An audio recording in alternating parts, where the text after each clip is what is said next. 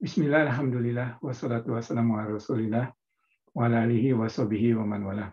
Rabbi shrah li sadri wa yassir li amri wahlul 'uqdatam min lisani yafqahu qawli.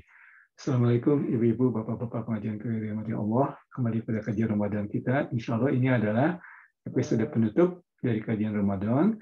Karena bagi ibu-ibu, bapak-bapak, kita semua yang ada di Kanada, mungkin lebih tepatnya di Calgary, kita sudah mendapat pengumuman ya bahwa insya Allah Hari Raya Idul Fitri adalah besok ya, hari Kamis. Jadi ini adalah edisi penutup.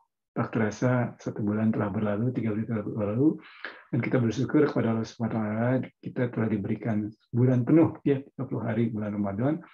Semoga Allah SWT menerima amal ibadah perbuatan kita ya, puasa kita, siam kita, qiyam kita, sholat kita, tilawah kita ya, kemudian doa-doa kita insya Allah. Dan kita juga tak lupa mengingatkan terutama diri sendiri dan juga kita semua untuk senantiasa memberikan atau memanjatkan doa bagi saudara-saudari kita yang sedang terlinda bencana ya ataupun kesulitan ya, baik di Palestina, di Syria, di Yaman, di Irak, di Burma, dan dimanapun berada ya, juga di Indonesia ya. Kita sisihkan doa bagi kebaikan dan kebahagiaan umat manusia ya secara umum dan juga khususnya umat Islam ya. Banyak sekali ya, tidak hanya di Timur Tengah yang barusan Ivan sebutkan atau mungkin di tempat lain yang Ivan sebutkan barusan ya, tapi di Afrika juga masih banyak ya umat Islam yang sangat tertindas.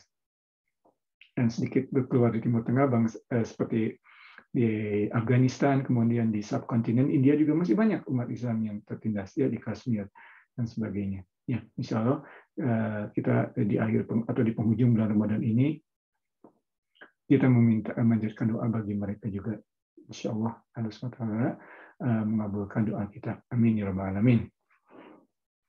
Ibu-ibu, bapak-bapak pengajian dirahmati Allah, pada kajian penutup ini insya Allah Ivan akan membahas mengenai sedikit tentang riwayat atau jejak langkah Nabi Muhammad Sallallahu Alaihi Wasallam ya. Tetapi tentunya kita tidak punya banyak waktu ya, karena kita ini hanya halakat pendek saja. Dan ada yang menarik di sini, ini hanya pendapat dari beberapa ulama ya.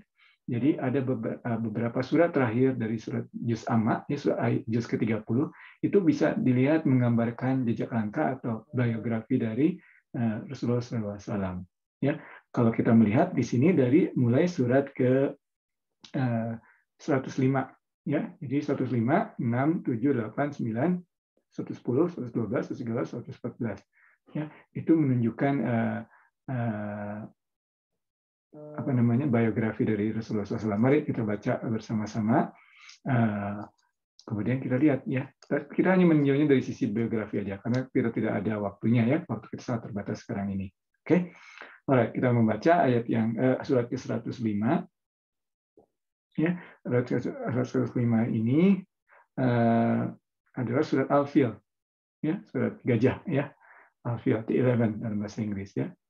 A'udzubillahi minasyaitonirrajim. Bismillahirrahmanirrahim. Alam taro kaifa fa'ala rabbuka bi ashabil fil.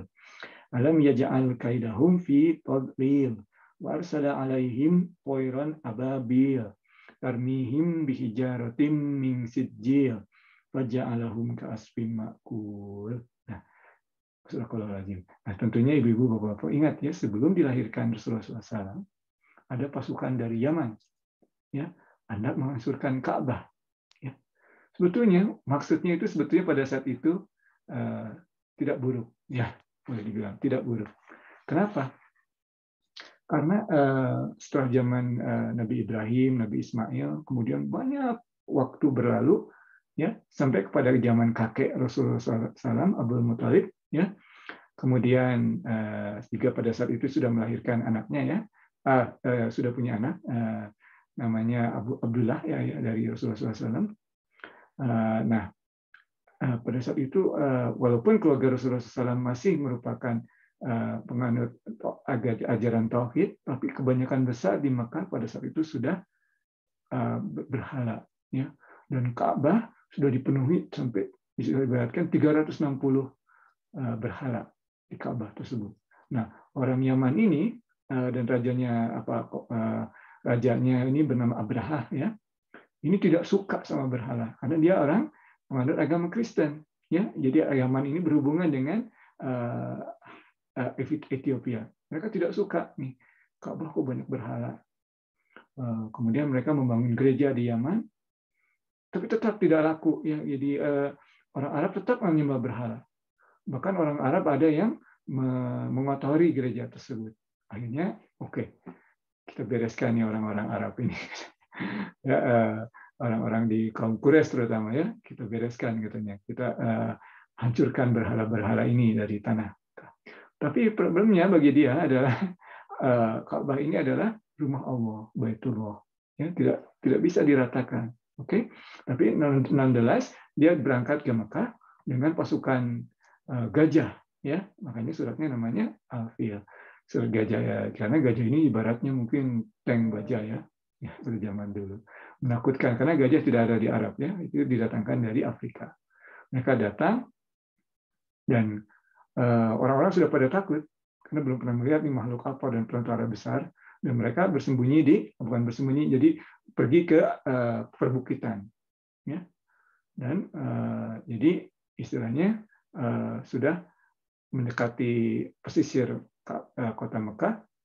Nah, kemudian sedang persiapan kakeknya Nabi Muhammad, Abdul Muthalib, datang karena walaupun sudah dikepung, ya, Ka'bah belum dihancurkan, tetapi harta karun atau bukan harta karunnya, harta dari kaum Quraisy sudah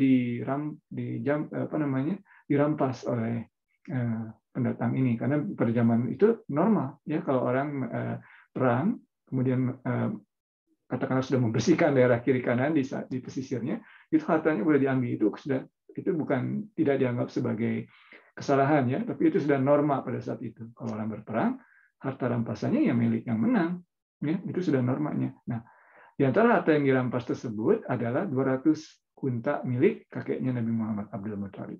So, Abdul Muthalib datang ke Raja Abraha ini. Karena Abdul Muthalib ini sosoknya sangat terhormat, wajahnya sangat tampan dan sangat aristokrat, diterima oleh Raja Abraha ini. Kemudian ditanya, apa yang kamu mau? Abdul Muthalib menjawab, saya mau 200 camel saya, 200 unta saya dikembalikan. Raja Abraha kaget. Sebetulnya saya menaruh hormat pada kamu. Saya kira kamu akan membela rumah ini Ka'bah. Ternyata kamu hanya mementingkan unta kamu, katanya. Begitu Raja Abraha menyebutkan kepada Abu Thalib, ya. Abdul Muthalib. Abdul Muthalib menjawabnya, ya, oh, rumah itu, Ka'bah, itu ada yang punya. Allah yang punya. Dan dia akan menjaganya. Tetapi camel itu, unta itu, saya yang punya. Saya robnya.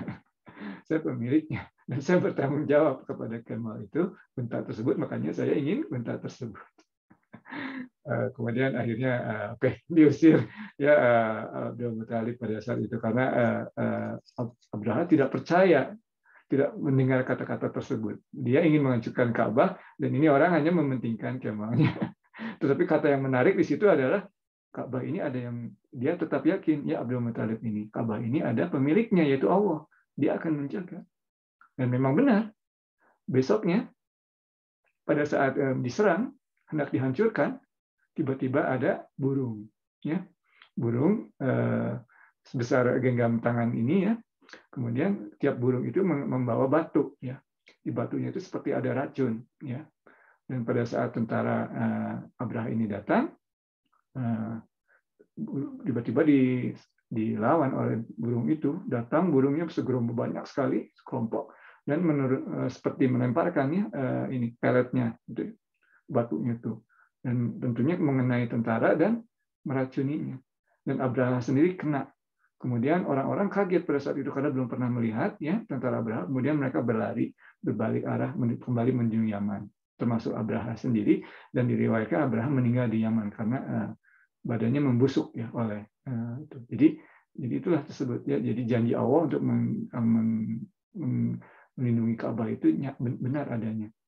Dan sejak zaman itu kaum Quraisy itu makin tinggi derajatnya pada saat itu sudah memimpin karena punya Ka'bah ya. Tetapi ada orang lain di luar Mekah yang istilahnya sirik sama atau agak iri hati terhadap kaum Quraisy ya, karena orang Quraisy memiliki Ka'bah. Tapi pada saat itu, setelah itu sudah mereka semua mengakui kaum Quraisy ini punya sesuatu dilindungi oleh Allah ya. Dan orang ingat terus tahun itu. Makanya orang ingat bahwa Nabi Muhammad dilahirkan pada tahun gajah ya. Pada saat itu. Itulah yang pertama.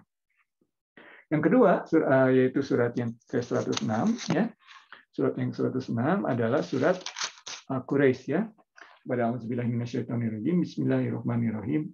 Li'ilafi Quraisy ilafihim rihlatash syita'i was-shaif falyabudu rabb hadzal bait alladzi at'amahum min ju'in wa amanahum min khauf. Sadaqallahul azim. Nah, ini tentunya meriwayatkan kaum Quraisy yang barusan saja diangkat derajatnya atau dianggap dilindungi oleh Allah ya. Di sini disebutkan kaum Quraisy itu diangkat derajatnya oleh Allah ya. Di ilaf itu comfortable ya. Ya. Kemudian ilafihim rihlatasita iwasaif ya. Jadi mereka comfortable pada saat melakukan perjalanan ekspedisi rihlah ya. Syita iwasaif ya. Syita itu pada musim dingin ya. Kemudian saif pada musim panas ya. Jadi seperti itu ya. Teman-teman di sini ya. Nah, ya, kita tahu jadi pada musim dingin sebetulnya kaum Quraisy ini pergi ke Yaman, ya, ke Yaman, karena kan panas, ya, membeli gading, gajah seperti atau apalah ya di sana pedang dagangan. Kemudian pada musim dan membawa barang tentunya dari Mekah ke sana untuk berjual beli. Kemudian dari apa yang dibelinya, ya, dibawa ke utara pada musim panas karena ke utara kan makin dingin ya, ke Syria, Syam. Kemudian mereka menjualnya di Syria ya, dan orang Syria senang, oh ini datang dari Yaman nih barang-barangnya. Jadi beruntung perjalanannya nyaman ke Yaman, kemudian ke Syam, dan hadiahnya penghasilan juga banyak ya. Makanya ini menceritakan ya, dan Rasulullah sendiri sallallahu alaihi wasallam pernah menjadi kafilahnya ya dalam perjalanan dagang ke Syam ya, demikian. Kemudian di sini disebutkan fa'yabudu rabb hadzal bait. Makanya beribadahlah kepada Rob atau Tuhan dari hadzal bait, rumah ini, Ka'bah ya. Yang memberikan allazi at'amahum, yang memberikan ta'amnya, at'amahum memberikan makanan, artinya tidak kelaparan kaum Quraisy ini. Kemudian juga yang melindungi dari rasa takut ya. Dan juga memberikan wa'amanahum min qaul, memberikan rasa takut. Kemudian sebelumnya allazi at'amahum, jadi melindungi dari kelaparan ya, min ju'il ya, wa'amanahum min khauf, kemudian memberikan rasa aman dari rasa takut ya. Itulah khauf, itu takut ya. Oke, maaf sebentar barusan agak terganggu. Oke, berikutnya ya. Berikutnya adalah surat ke-107 atau Al-Ma'un ya. A'udzubillahi minasyaitonirrajim. Bismillahirrahmanirrahim. Ara'aital ladzi yukadzibu bid-din fadzalika alladzi yad'ul yatim wa la yahuddu 'ala ta'amil miskin. Fawailul lil musallin alladzina hum an salatihim sahun alladzina hum yura'una wa yamna'una al-ma'un. Nah, ini Sadaqallahul azim. Nah, ini menceritakan mengenai pembesar Quraisy ya, Abu Lahab, Abu Sufyan ya. Mereka ini pembesar Quraisy dan mereka ini mengorganize haji ya pada saat itu, karena haji itu sudah ada sebelum agama Islam. Jadi mereka mengorganize ibadah haji ya, walaupun ibadah berhala ya. Mereka mengorganize ibadah jadi seperti beribadah ya. Tetapi kemudian ada orang yang datang kemudian dari kaum misalnya dari Madinah atau dari Taif, mereka memberikan makanan ya. Juga ya, berlomba-lomba memberikan makanan. Ya. Tetapi pada saat ada orang miskin dari Mekah minta makanan, mereka ditolak.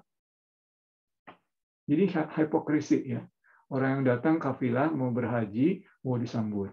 Tapi orang dari lingkungannya sendiri yang miskin minta makan diusir.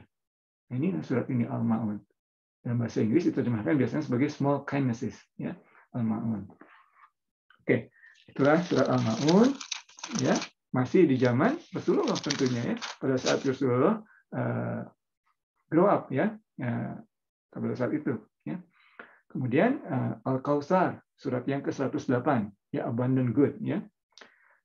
A'udzubillahi minasyaitonirrajim. Bismillahirrahmanirrahim. Inna a'tainakal kautsar fasholli li rabbika wanhar. Inna syani'aka huwal abtar. Nah, ini Al-Kautsar ini pada saat Rasulullah sudah dalam konteks biografi ini, pada saat Rasulullah SAW sudah menjadi nabi, ya, sudah memperoleh risalah. Karena sebelumnya orang Makkah itu bersahabat dengan Rasulullah. Rasulullah disebut Al-Amin, ya, karena sangat jujur. Tetapi pada saat sudah memperoleh risalah, orang Makkah ini jadi berbalik, ya, karena mereka takut, ya, kondisi posisi mereka sebagai pembesar-pembesar terganggu oleh agama baru ini, Islam, ya, sebetulnya bukan agama baru, hanya revitalisasi dari ajaran Nabi Ibrahim, tapi mereka takut karena ajaran ini sangat, istilahnya tuh, adil merata, ya, tidak, maksudnya tidak sama rata harta semua seperti sosialis, ya, tetapi maksudnya sangat adil, ya. Kemudian sama derajatnya, ya, merata derajatnya, tidak ada yang derajat lebih tinggi, lebih rendah, ya, semuanya sama di mata Allah, di mata Allah. Dan konteks dunia, ya, tentu ada yang kaya, ada yang miskin, ada yang istilahnya bangsawan, ada yang bukan bangsawan, betul. Tetapi di mata Allah, ya, innallaha indallah, dalam surat Hujurat, ya, escape, ya, ayatnya. Tetapi orang yang di hadapan Allah yang terbaik adalah orang yang takwa, atqakum, ya, yang atqakum, yang takwa, bukan yang bangsawan, bukan yang kaya, bukan laki, bukan wanita, tetapi yang paling takwa, sederajat semua di hadapan Allah, ya. Oke. Nah, di sini yang menarik atau yang patut dilihat adalah ayat terakhir dari ayat tersebut, yaitu inna syani'aka huwal abtar. Syani'aka adalah, syani'a itu orang yang selalu mengkritik seseorang, no matter what. Benar salah selalu dikritik. Itu syani'a. Jadi inna, sesungguhnya, syani'aka, ka-nya ini merujuk kepada Rasulullah SAW. Jadi orang yang selalu menuju Rasulullah SAW, huwal abtar, artinya tidak punya anak, ya, tidak punya anak atau tidak punya progeny, ya, di sini, tidak, without posterity. Kenapa? Karena pembesar Quraisy, ya, karena memang sudah cobaan Allah, ya, Rasulullah itu dalam misalnya ini dari pada zaman itu adalah yang lazimnya posterity atau keturunan itu kalau punya anak laki-laki, ya. Nah, Rasulullah itu anak laki-lakinya meninggal terus. Ya, anak yang pertamanya meninggal, Abdullah, ya. Kemudian kelak nanti anak yang di Madinah juga, Ibrahim juga meninggal, ya. Kemudian anak wanitanya, ya, sebetulnya meninggal juga, walaupun sudah masuk ke zaman Madinah, ya, meninggal juga. Hanya satu dari anak Rasulullah yang dari 7 anak Rasulullah termasuk Ibrahim, hanya satu yang meninggal setelah Rasulullah. Jadi Rasulullah SAW itu cobaannya sangat berat. 6 anaknya, beliau SAW harus mengubur 6 anaknya. Itu sangat berat bagi seseorang untuk mengubur anaknya sendiri. Makanya diganggu terus nih sama kaum Quraisy ini. Wah, dia tidak punya anak, tidak punya keturunan. Ya. Maksudnya tidak punya anak laki-laki karena memang meninggal pada saat itu, pada masih bayi. Tapi anak perempuannya pun Rasulullah meninggal juga, kecuali Fatimah, ya, hanya satu yang meninggal setelah Rasulullah, 6 bulan setelah Rasulullah meninggal. Oke, itu surat Al-Kautsar. Yang ke-9 surat Al-Kafirun. Surat Al-Kafirun ini menceritakan kondisi di mana, situasi di mana orang Quraisy ini sudah ada perasaan juga. Ini kayaknya agak susah nih. Oke, kalau gini kita ganti taktik. Taktiknya bagaimana? Taktiknya oke, kita kerjasama ke Rasulullah. Rasulullah, ya Muhammad, ya, Alaihissalam. Bagaimana kalau kita selang-seling, Hari pertama, misalnya hari ini, oke, kita ikut ajaran kamu, kita berdoa bersama-sama, sholat sama-sama. Ya. Tapi besok kamu ikut kami. Nah, di sini disebutkan, walaupun umat Islam pada saat itu hidup bersama dengan kaum Quraisy, ya, dengan umat berhala, masih punya saudara berhala, ya segala macam. Tapi kalau masalah keimanan, masalah akidah tidak ada toleransi, ya, kalau masalah akidah. Atau mungkin toleransi bukan yang tepat, ya. Tidak ada istilahnya tuh katanya hilang di barusan apa. Tapi maksudnya kita tidak mau ikut-ikutan kalau masalah akidah, ya. Kalau masalah lain boleh kerjasama, tapi masalah akidah tidak boleh. Makanya ayatnya berbunyi qul ya ayyuhal kafirun. Bayangkan pada saat itu kepada orang-orang Quraisy yang sebagian dari mereka adalah saudaranya sendiri, saudaranya alaihi salam, ya, sudah berkata, qul ya ayyuhal kafirun, hai orang-orang yang kafir. Keras sekali, ya, karena sudah ada ini masalah akidah nih. La a'budu ma ta'budun. Aku tidak akan menyembah apapun yang engkau sembah. Ya. Wala antum abiduna ma a'bud. Dan kamu tidak akan menjadi penyembah yang aku sembah. Ya. Karena di sini menggunakan kata benda yang abidun. Kamu tidak akan menjadi penyembah apa yang aku sembah. Wala ana abidum ma abattum. Dan aku pun dua kali. Wala ana abidum ma abattum. Di sini juga berganti jadi kata benda. Wala ana, saya tidak akan menjadi penyembah apa yang kamu sembah. Ya. Wala antum abiduna ma abud. Pengulangan dari ayat keempat. Ya. Lakum dinukum waliyadin. Nah, ini menggunakan adalah din, ya, bukan bukan karena dalam Quran ada milah, ya, milah Ibrahim, ya, tapi sini menggunakan kata din, way of life, ya, untukmu your way of life, untukku my way of life. Jadi secara keseluruhan din, tidak cuma masalah sholat, segala macam, no, secara keseluruhan jalan hidupku adalah ini dan jalan hidupmu adalah itu, ya. Nah, disitulah. Jadi ini adalah pada masa kaum Quraisy mencoba bernegosiasi, ya. Mungkin itu kata yang Ivan cari tadi, ya. Jadi tidak, untuk masalah akidah tidak bisa bernegosiasi. Ya. Oke. Kemudian surat yang berikutnya, surat ke-110, surat An-Nasr, ya. Nah, ini menurut ulama yang menceritakan bahwa ayat-ayat ini adalah merupakan riwayat hidup Rasulullah, ya, adalah mengenai perjanjian Hudaybiyah. Karena cobaan beliau itu sebelum Hudaybiyah itu sangat berat. Siti Khadijah meninggal, Abu Thalib meninggal, diusir dari Taif. Kemudian umat Islam meninggalkannya sebagian besar. Ya, kenapa? Karena mereka tidak percaya dengan Isra Mi'raj. Ya, coba betul. Tapi kemudian datang orang dari Madinah, dari Yathrib, yang bosan dengan perang saudara dan mengajak Rasulullah untuk berangkat ke Madinah dan minta diajari Islam, kemenangan. Ya, inna idza jaa nasrullahi wal fath wa ra'aitan nasa yadkhuluna fi dinillahi afwaja fasabbih bihamdi rabbika wastaghfir innahu kana tawwaba. Ya, itulah masanya. Kemudian berikutnya, ya, adalah hijrah. Berikutnya adalah surat Masad atau Masad, ya, Tabbat, surat Tabbat, ya, Tabbat Yada. Ya. Dan ini ada ceritakan tentang Abu Lahab. Ya. Abu Lahab ini pembesar Quraisy, ya, topnya di Quraisy Abu Lahab ini. Ya. Dan Abu Lahab ini sebetulnya paman Nabi, ya, dan sangat pintar sebetulnya. Ya. Disebut Lahab merah karena dia sebetulnya ada yang bilang karena dia cepat marah, ya. Itu salah satu. Tapi ada juga yang menyebutnya itu adalah nama panggilan dari ayahnya, karena dia tuh kompleksinya putih bersinar, ya. Abu Lahab itu merah, kemerah-merahan, makanya Lahab, Abu Lahab. Ya, itu nama panggilan dari ayahnya kepada dia. Ya.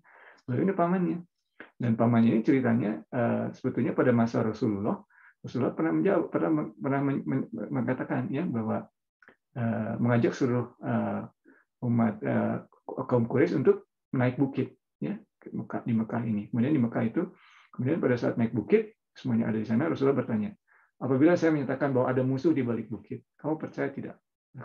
Bala, kami percaya, karena kamu adalah Al-Amin. Oke, kalau gitu saya bicarakan kepada kamu bahwasanya kamu ada, saya ini Rasulullah, bahwa dan menyampaikan ajaran Islam. Dan Abu Lahab ini datang kepada Rasulullah pada saat itu, tabban laka, celaka kamu, ya. Jadi memanggil kami ke sini hanya untuk ini, katanya. Kemudian pada saat berikutnya, pada saat Rasulullah mencoba mengundang Islam, selalu saja Abu Lahab ini mengganggu, ya, sehingga Rasulullah SAW tidak terganggu dakwahnya Abu Lahab ini. Dan ini surat ini sebetulnya bukti kebenaran Al-Quran, ya, karena Abu Lahab ini meninggalnya tidak pada saat itu, meninggalnya itu tidak jauh setelah perang Badar, ya. Walaupun dia tidak ikut perang Badar, ya. Karena dia itu agak berat ya, gemuk gitu. Tidak ikut perang Badar, tapi kemudian mendengar kekalahannya, kemudian dia marah, ya, dia marah mendengar karena salah seorang budaknya gembira karena kekalahan, karena kaum Quraisy kalah dalam perang Badar, dan dia marah terhadap budak tersebut. Tapi ada salah seorang wanita di situ, keluarga Nabi, ya, yang secara sembunyi-sembunyi sudah masuk Islam, marah dan karena kepada Abu Lahab tersebut, karena Abu Lahab marah dan memukul Abu Lahab dengan tongkat kepalanya, dan kemudian dia terluka dan Abu Lahab meninggal karena lukanya tersebut. Tapi poinnya tadi mengenai Al-Quran ini adalah karena Abu Lahab sebetulnya bisa menjadi Islam, tetapi tidak menjadi Islam. Dan kalau saja Abu Lahab menjadi Islam, tentunya ayat Al-Quran ini tidak valid, ya. Karena ini menyebutkan Abu Lahab ini tidak masuk neraka, ya. Tetapi banyak kesempatan Abu Lahab masuk Islam, dan ini ayat Makkah, ya, sebelum meninggalnya Abu Lahab yang meninggal pada zaman Madinah. Jadi ini salah satu bukti kebenaran Al-Quran. Al-Quran memprediksi bahwa Abu Lahab ini akan meninggal dan tidak akan menjadi Islam. Ya, Abu Sufyan menjadi Islam, ya, Abu Lahab tidak. Ya. Dan ini sudah diramalkan oleh ayat ini. Ini salah satu bukti kebenaran. Ayatnya, suratnya surat Makkiyah, dan Abu Lahab meninggalnya di Madinah. Ada kesempatan banyak di masa Madinah, bukan Madinah lagi Madinah. Ada kesempatan banyak untuk menjadi umat Islam, tapi Abu Lahab tidak. Yang sudah diramalkan. Oke, itu surat Tabat. Itu sebetulnya riwayatnya, ya, dari sisi ini. Yang 3 surat terakhir itu lebih mengarah kepada ajaran Rasulullah, ya. Qul huwallahu ahad, karena pada saat itu yakin, ya, jadi hijrah ke Madinah, kemudian ajaran tauhid ini terus berkembang. Jadi karena seperti tadi banyaknya yang hijrah itu seperti kita sampaikan kemarin hanya 100 orang dari Makkah, tapi semua kuat, ya, keimanannya, tauhidnya, Allahu ahad. Ya. Kemudian Al-Falaq dan An-Nas itu adalah perlindungan, doa 2 surat Makkiyah, disebut dua surat pelindung, Al-Mu'addatain, ya. Karena Rasulullah SAW mengajarkannya, ya, di Mekah juga, kemudian di Madinah, untuk senantiasa umat Islam membaca surat itu setelah sholat subuh dan sholat maghrib, untuk melindungi, ya, dari yang halus, yang tidak terlihat, dan yang terlihat. Ya. Dan tentunya surat An-Nas adalah istilahnya klimaksnya, ya, bahwa ajaran Islam ini adalah untuk seluruh manusia, dan Allah adalah Tuhan seluruh manusia. Demikian ibu-ibu, bapak-bapak pengajian rahmat Allah, kajian kita pada kesempatan ini yang merupakan kajian penutup dari kajian Ramadan. Mohon maaf atas segala kesalahan, yang benarnya dari Allah, yang salah dari Irfan, dan juga jazakumullah khairan telah bersama-sama mendengarkan dan bersabar mendengarkan segala kekurangan dari Irfan. Ya. Wabillahi taufiq wal hidayah. Assalamualaikum warahmatullahi wabarakatuh. Id Mubarak.